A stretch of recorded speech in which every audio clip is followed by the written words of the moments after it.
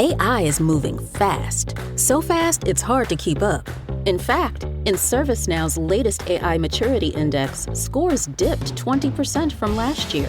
But that's okay, because AI isn't a sprint, it's a marathon. You may be behind today, but tomorrow you could be a pace setter.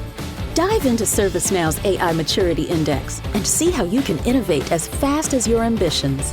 Visit servicenow.com/AI maturity.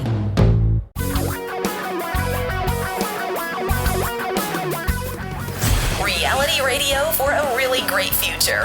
We're talking real money. Ladies and gentlemen, boys and girls, welcome to the ETF arena, where indexed ETFs square off against each other in a battle to the death. Yeah, not really. But it is becoming more like a sport. ETF investing is getting a little bit crazy.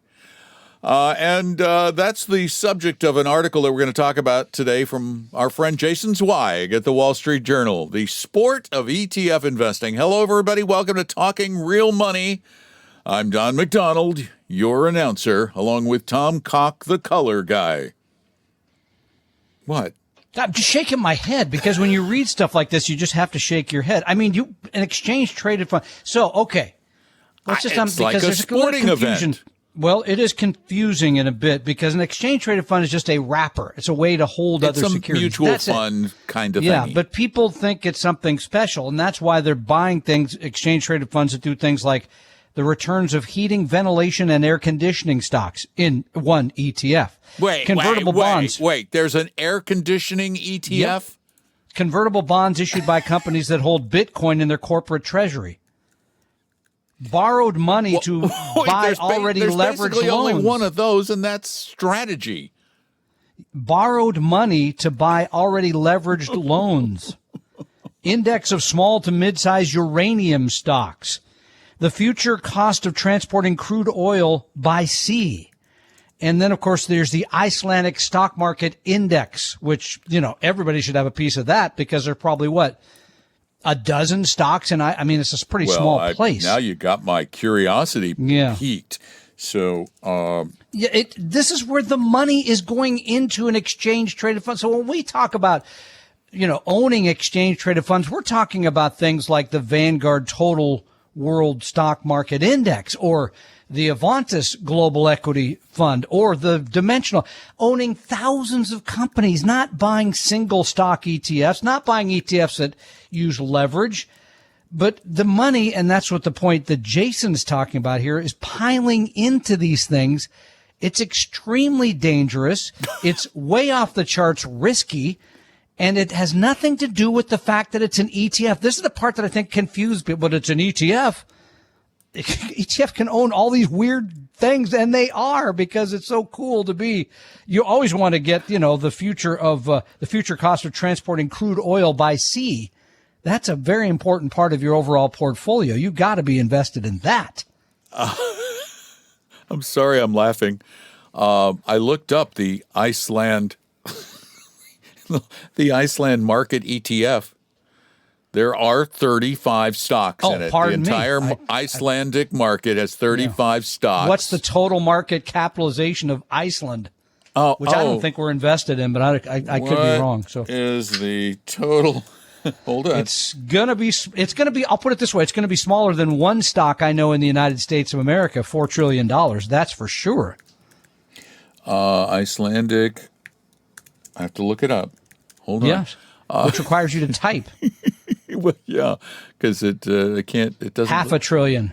Let's see. 35 stocks. Okay, maybe $1 trillion. $21.5 billion.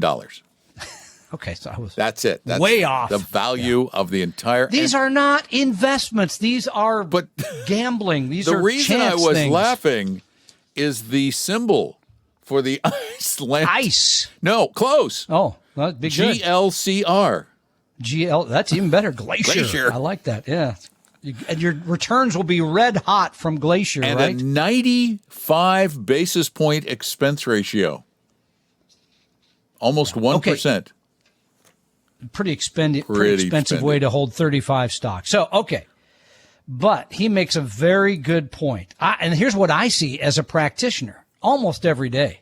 Many of you come in and you held a Vanguard Total World Market Fund or the Vanguard Total, the VOO, the S&P 500. And then you go buy, well, I got to own AVGE because I heard you guys talk about it on the show, or I heard you talk about DFAW. These are one fund that hold the world.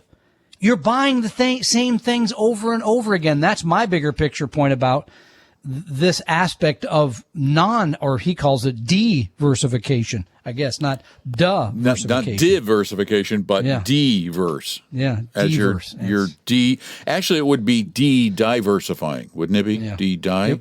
He doesn't write it that way, and he's a pretty smart guy. He's a better writer than me, so I'm not going to. Don't own this stuff. Don't buy this stuff, and don't just buy anything because it's an exchange-traded fund. That is a meaningless type of security. It really is. But what fascinates me, though, about this is not even the weirdness of the funds. It's our desire to turn investing into gaming. We want risk. We want excitement. You don't want excitement from investments. Tom and Don are talking real money. Do you suffer from financial flinch reflex? Hi, I'm Don McDonald, and financial flinch reflex, or FFR, is a widespread condition triggered by watching too much financial news and not having a solid retirement plan. Common symptoms include doom scrolling, yelling at your portfolio, and considering gold bars, crypto, or your brother-in-law's startup. Markets don't cause panic. Not having a plan for them does. The best treatment? A real financial plan. One that's based on your life, not the latest headlines. And yes, we're talking to you, future retiree. Start your financial calming regimen today with a free, no-pressure meeting with an Appella advisor at TalkingRealMoney.com or call 800-386-3004. That's TalkingRealMoney.com, because a plan is the antidote to panic. Side effects of planning may include peace of mind, smarter investing, and fewer late-night CNBC binges. Please plan responsibly. Appella is an SEC-registered investment advisor. See AppellaWealth.com or the firm's Form ADV for more details. Your guides to a really great financial future. Tom and Don are talking real money. Our phone number is 855-935-8255 for your participation on Talking Real Money. And I want to wrap this topic up of these dangerous ETFs, these speculative ETFs, because Jason Zweig ends this article by saying, the more fun speculation feels, the more likely the profits are to fizzle. But he goes on to say, well, you know, I understand. People like to gamble. They like to bet. So limit your bets to a maximum of, say, 5% of your total assets. Okay, so that means you're willing to lose 5% of your money? I mean, that's a lot of money. In dollar amounts. Yeah, because right. my thinking is you need to actually think about it in dollar terms. And you need to think about gambling it in a casino in Vegas, where you know the odds. You know the odds. You don't know the odds when you invest in these ETFs. You know the odds in Vegas. You know what they are.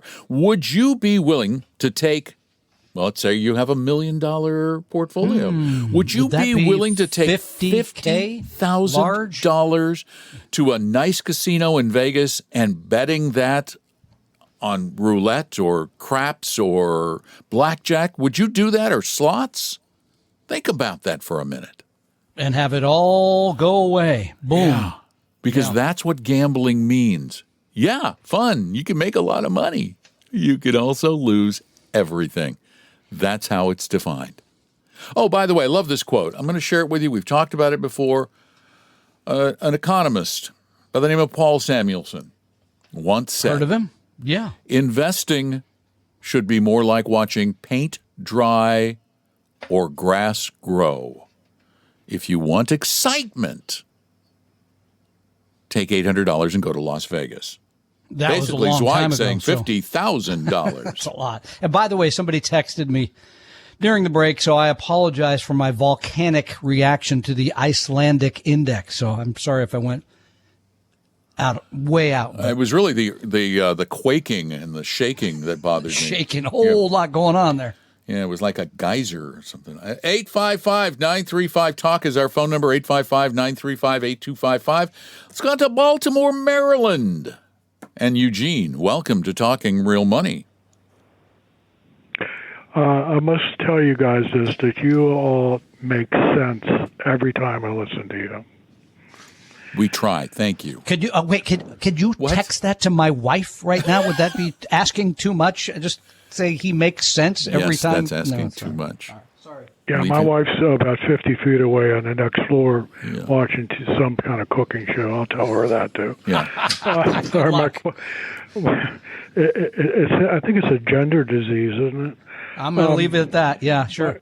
He doesn't know when his wife is listening to him, so he has to be very careful. I know she's not listening now because she's out of town, so I'm safe. But Eugene, what is your question? We apologize for interrupting. It has to do with inheritance.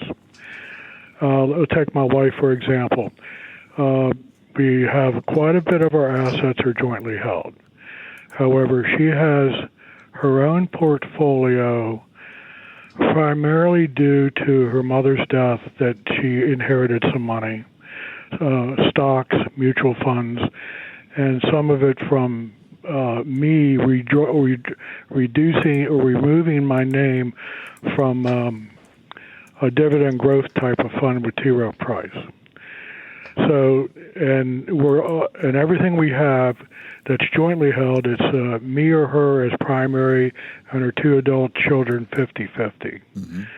Now, am I correct in saying in her IRA, which probably is scattered over places, $1 million, it's all titled the same way with the inheritance.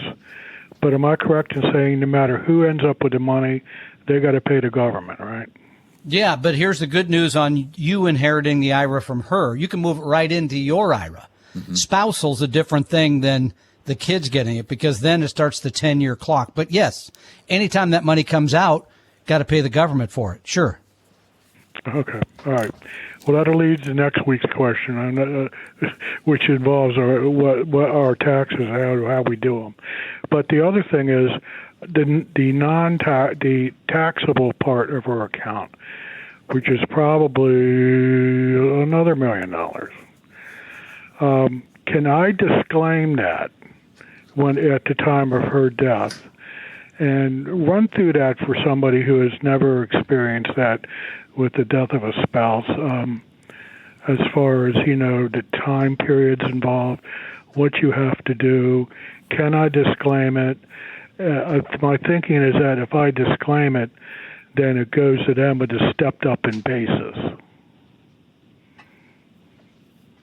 I do not know the answer to that because that's a tax question. I'm not familiar and with a state question. Yeah, anybody's going to, if she leaves it to you and it's a joint account, part of that money will get a step up in basis. And so that part is somewhat alleviated no matter what happens.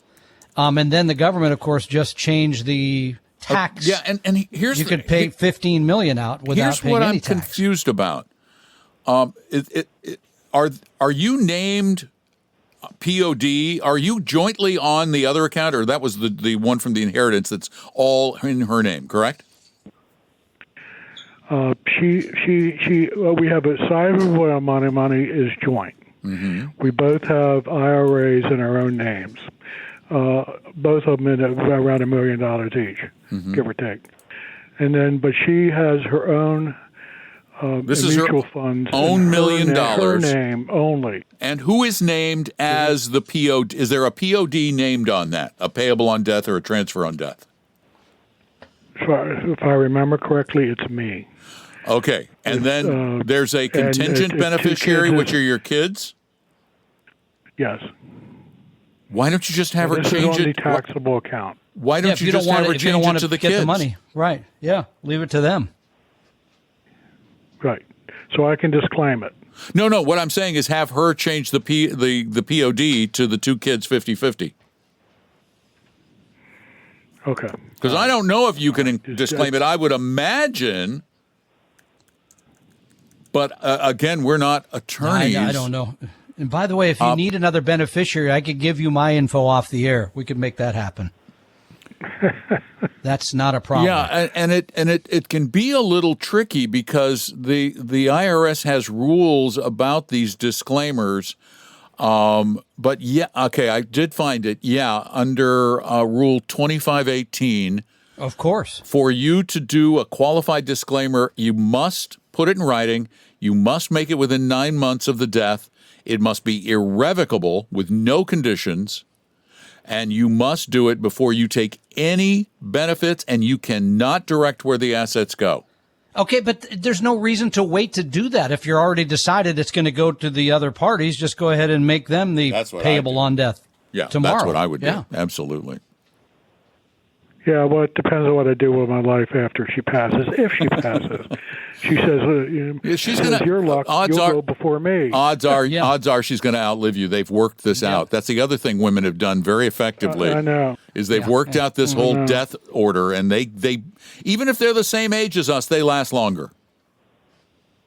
Yeah, somehow. I know. Okay, thank you, guys. Stay there. Thank you. Thank you. Take Eugene, care. Appreciate the call. 855-935-TALK is our phone number, 855-935-8255. It is so easy and so free and so important that when you run into something financial, that you run it by somebody else who's not likely to try to rip you off. That'd be us. Tom and Don are talking real money. Why does the United States pay higher drug prices than other countries? Because America's the only country in the world where 340B hospitals mark up drug prices and PBM middlemen charge billions in hidden fees. Meanwhile, Americans subsidize the research and development for new cures. Other countries benefit, but don't pay their fair share. Crack down on the middlemen. End the free riding. Lower drug prices. Go to balancethescales.org to learn more. Paid for by Pharma. For your real life and real future, Tom and Don are talking real money. And I've been doing some additional reading. This can get really tricky, this disclaiming. You've got state laws also that vary from state to state that affect that. But, for example, if there is no contingent beneficiary or the contingent beneficiaries don't exist anymore, then it goes to the probate courts to decide who gets what. You don't want to go there. And it can be such a mess. This is why when you have assets in your portfolio, you need to, at some point, talk with an estate attorney. How long has it been since you've seen yours? My estate attorney? Yeah. I think he died. So actually, I think, as we used to say, practice what we preach. I think I need another one. Yeah. No, honest to God, I don't think he's. I'm going back in to see my guy this fall. I see him every couple of years because things change. Things change. So you got to make sure that the more things change, the more things change. 855-935-TALK is our phone number. Please stop by. Let's work some of the bugs tax out of questions your and life. no Social Security questions. We can do tax questions. We can do Social Security questions. It's just they get very complicated. Yeah. And we're not attorneys. We have to say that over and over again. Let's go to Sammamish. Jason, you're up. Welcome to Talking Real Money. Good afternoon, gentlemen. Hey. Jason. What's up? Thanks for talking to me last week about my decision when I was selling out of Vong because it was too duplicative with VUG, and I talked to you about going into I talked about my plan to go into VEA, which you advised me out of. I want to let you know, and I had a question about this. So I did go ahead and not go into VEA. I took a large part of that money from Vong and put it into VXUS, and you had recommended VT.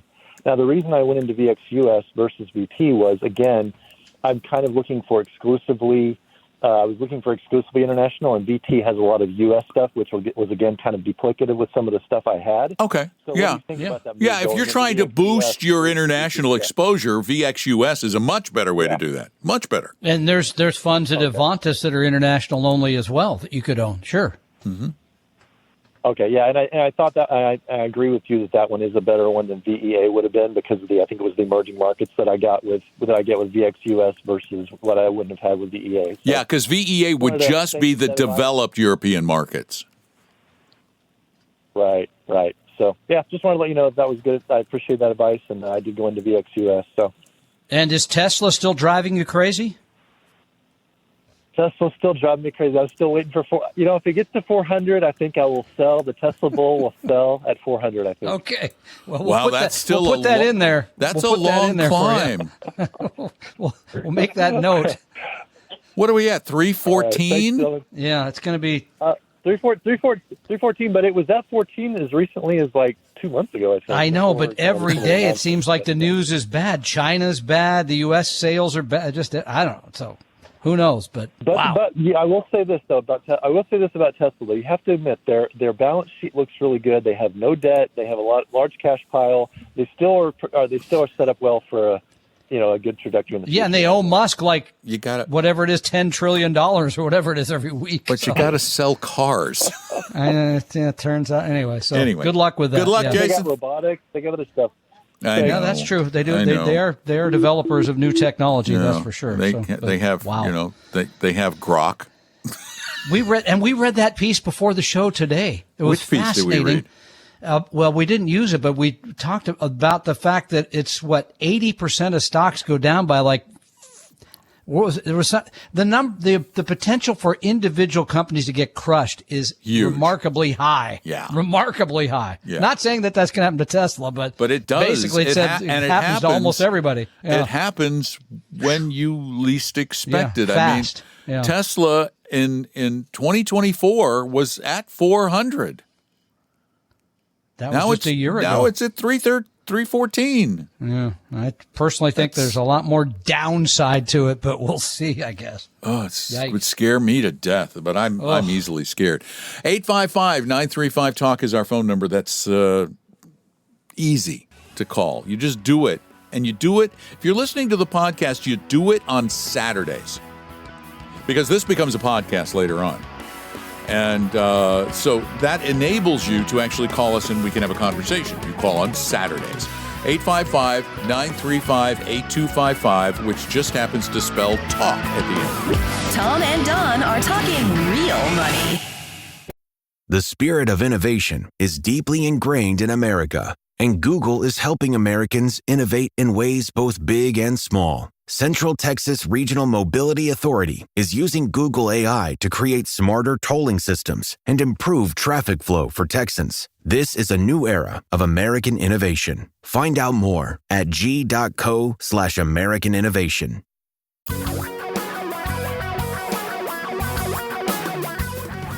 Reality radio for a really great future. We're talking real money.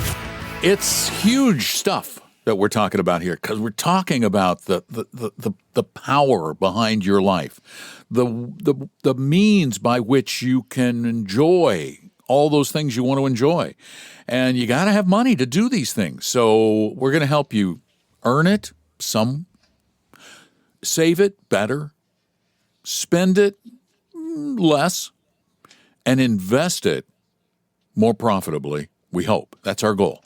855-935-TALK is our phone number. I'm Don McDonald. Tom Cox over there. And in Yelm, Washington, is Chris. Hi, Chris. Welcome to the show. Hi, guys. Thank you.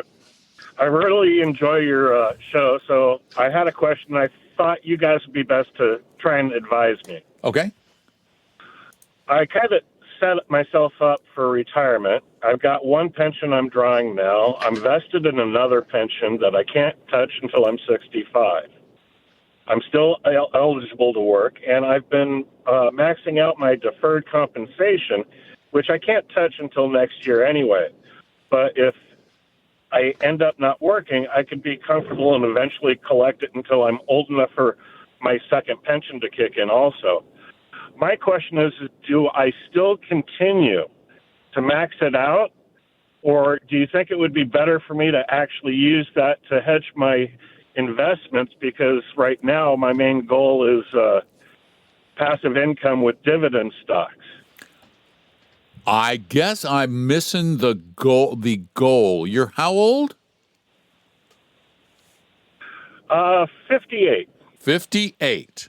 So are you said I'm eligible to work, but are you still working? Oh, well, Yeah, I'm still working, but Okay. I'm eligible. I'm already vested in the second retirement. It just builds about 2% per year. Got it. So what you're asking, I guess, is you're asking, does it make sense to keep putting money in your deferred compensation plan? As opposed to buying more dividend stocks to have more passive income.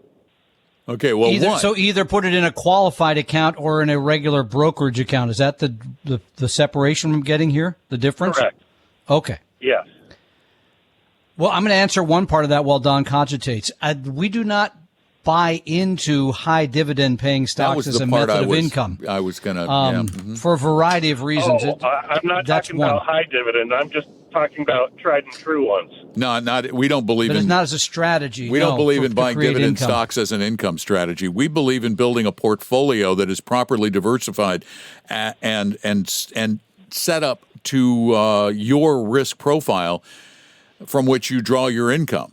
Now, when are you planning to retire? Or when are you planning to start taking income from this deferred money? Oh, not at least for a couple of years. All right. And do you expect that your tax bracket in the future is going to be lower than your tax bracket today? Oh, obviously. Okay, but cool. Right now, the amount in my deferred account is built up so much, I figured that I would be able to use that to do investments as opposed to just continuing to do the deferred income. Yeah, but it's invested in something, isn't it? It is, but I'm not happy with how it's been performing. Oh. Well, maybe you should tell us what kind of things it's invested in, because that always concerns me. Yeah, I don't want to own them. There's a lot of holes here, and to answer this question requires that we fill those holes because we don't have the whole picture. So hang on with us a few minutes. We've got to take a break on time because that's the rule, and we'll be right back. Tom and Don are talking real money. Do you suffer from financial flinch reflex? Hi, I'm Don McDonald, and financial flinch reflex, or FFR, is a widespread condition triggered by watching too much financial news and not having a solid retirement plan. Common symptoms include doom scrolling, yelling at your portfolio, and considering gold bars, crypto, or your brother-in-law's startup. Markets don't cause panic. Not having a plan for them does. The best treatment? A real financial plan. One that's based on your life, not the latest headlines. And yes, we're talking to you, future retiree. Start your financial calming regimen today with a free, no-pressure meeting with an Appella advisor at TalkingRealMoney.com or call 800-386-3004. That's TalkingRealMoney.com, because a plan is the antidote to panic. Side effects of planning may include peace of mind, smarter investing, and fewer late-night CNBC binges. Please plan responsibly. Appella is an SEC-registered investment advisor. See AppellaWealth.com or the firm's Form ADV for more details. Your guides to a really great financial future. Tom and Don are talking real money. Before we get back to Chris and Yelm, one of the biggest problems investors have is the improvisational nature of the investing strategy, if you can even call it that. Investing tactics. It's reactive. It's aimless. It's sort of doing what feels best at the moment. And Chris, I hope you take this in the spirit it's meant. It doesn't sound like you have a plan yet. You have ideas, but you don't have a plan. My plan was to basically use the deferred income in order to buffer my time before I could draw my second pension and Social Security. Got it. But here's what I'm thinking though. Is because again we have the dividend paying strategy that's kind of thrown in there. We've got the whether or not to keep it in the deferred because you are to continue with the deferred because that tax advantage is significant, even if it is only for a short. It's not going to be for a short period of time. The problem is what kind. Well, let's go back to our original point, Chris. What are the investments in this deferred comp plan? Let's just go there. Okay. It's done by percentage with the state. Yeah, the state of Washington plan, and it's not a bad plan. You have some index. Yeah, they have some decent products there. So that's reasonable. But here's another question I have, because I think this plays into the overall picture, and Don's correct. You got to kind of weigh all these things out, know more than before we can give you advice. How big is the tax deferred part versus the brokerage part? In other words, how big are those buckets compared to each other? Right now, I would say the tax deferred plan is about at 2/3 of what my current investments are. Okay. Yeah, I mean, that's important because, as you know, that money is going to have to come out at some point and pay tax on it, versus the brokerage is going to continue to grow. You could add to that, and there's no requirement to take it out, and the tax rate on the spend down is generally lower than it would be than the regular income tax you pay on the tax deferred. So that's where I come back to the big overarching plan, because you're trying to make it. When do you become eligible for the second pension? 7 years. 7 years. So you're trying to fill in that gap. When do you think you might want to stop working and live off the money that's in your brokerage account? How long do you think it's going to be before you start drawing that? That would be a shot in the dark. It all depends on family. Rough guess. It could be next year. It could be 5 years. Yeah. So it could be 2 to 6 years. Soon. Yeah. And if you left the deferred alone and continued to contribute to it, would the taxable account be able to generate enough income to support you through that 2 to 6 year period? Oh, no. The deferred amount is already at the point where it'll support me for that 2 to 6 year period. No. I'm not. But I'm asking about leaving the deferred. I'm asking about leaving the deferred untouched. Let's leave the deferred just for the sake of argument. The money that is not in your deferred, the money that is in your taxable accounts right now, for which there will be no tax for withdrawing it, other than what you've already paid or a capital gain. Can the money in that account at a 5 or a 6 or whatever percent withdrawal rate support you through that 2 to 6 years? Oh, absolutely. Then keep doing what you're doing with the deferred and fine, draw from the taxable account for that 2 to 6 year period. And then you'll start collecting that other pension. But here's what I would do in the interim. You definitely need to sit down. I would do a financial plan with an advisor because of where you are in life.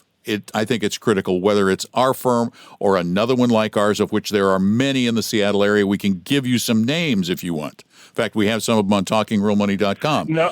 And you need to sit down and figure out what income you need, how much risk you want to take getting it, and what the best way to get there is, as opposed to just grabbing some dividend stocks. No, I was thinking of being more liquid as the main process, because it's not just dividends. It's kind of balanced with bonds and and that's again where the value of a plan is almost invaluable at this point in life. It may not be that important prior to this, but right now it's critical, and I really do think that has got to be step 1 for you, not step 17.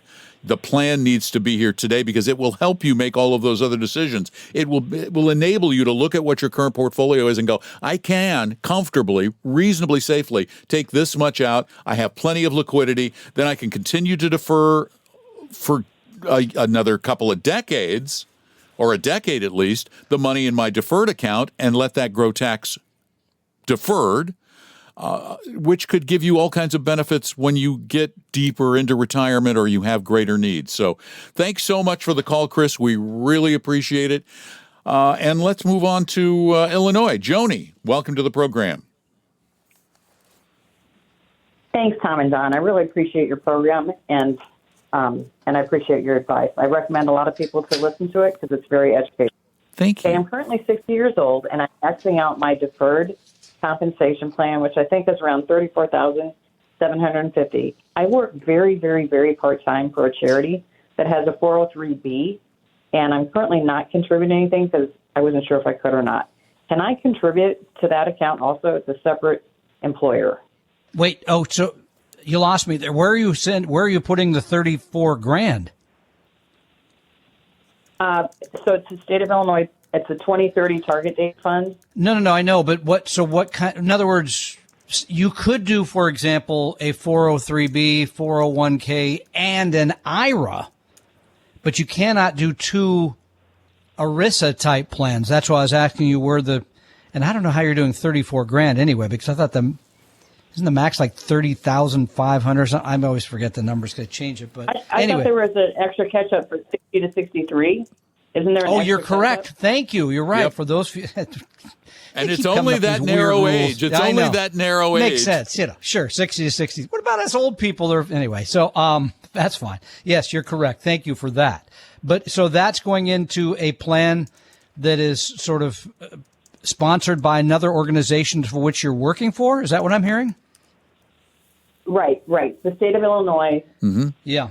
Target date. Okay. It's within power. Yeah, with the enhanced catch-up for 60 to 63, the max is $34,750. Look at you. You've got it nailed. But you could not contribute to another company-sponsored plan. You do can an only IRA. do one of those.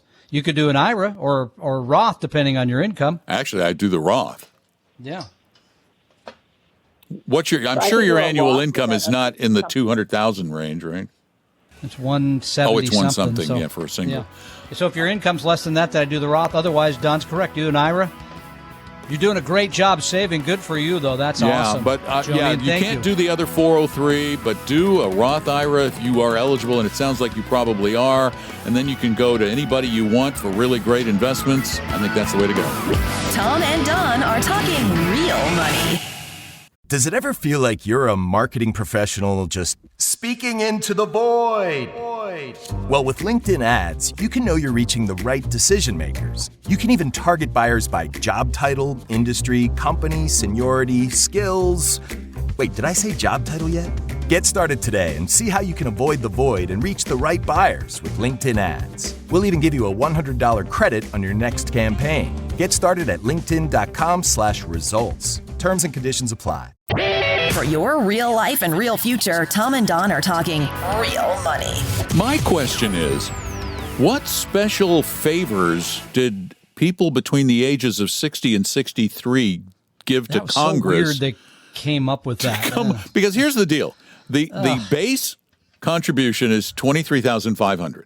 Right. That's for anybody. Then catch up over 50. If you're between 50 and 59 or over 64, you can do the $7,500 additional. Right. So I was close. Yeah, that's $31,000. Right.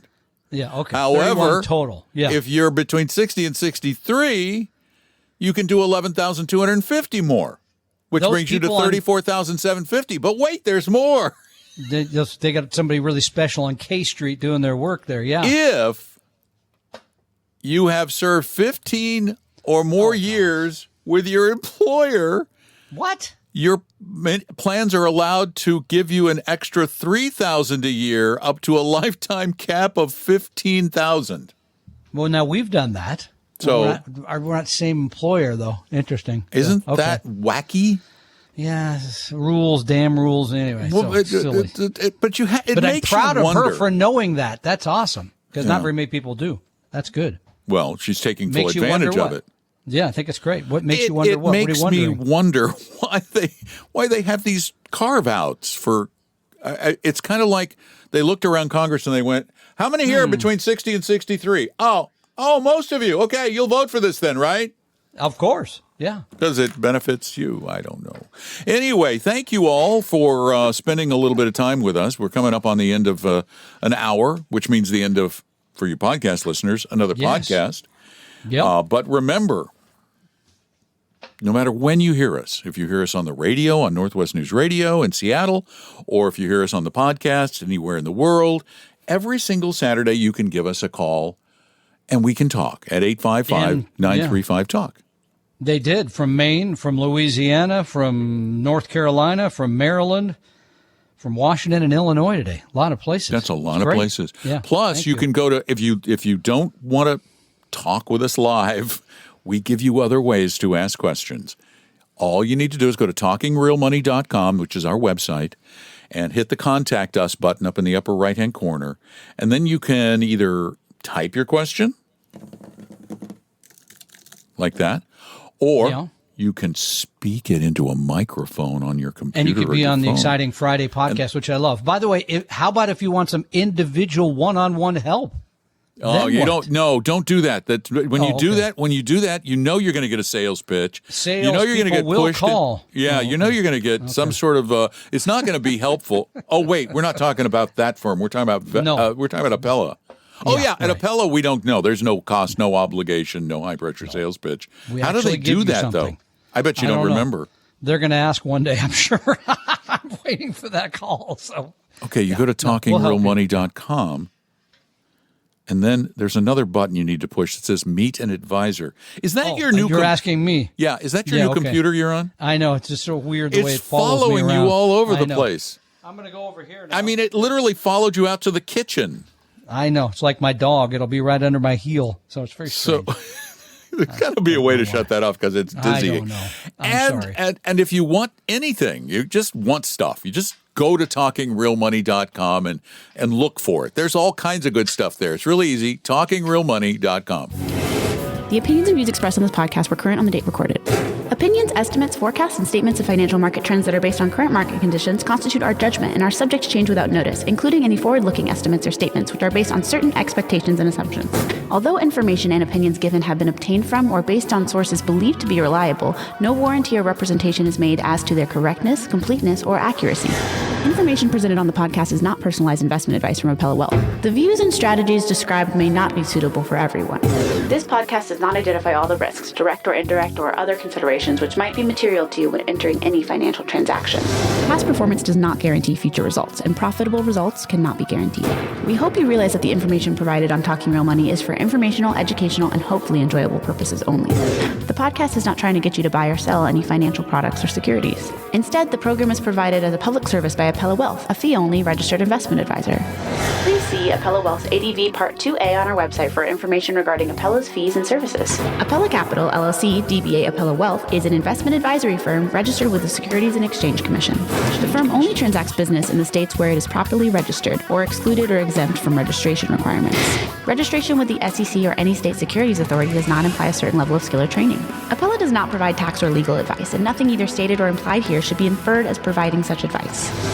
Thanks for listening, and please visit TalkingRealMoney.com for more information and important disclosure related to performance of any specific index or fund quoted in this podcast. And the lawyers get richer.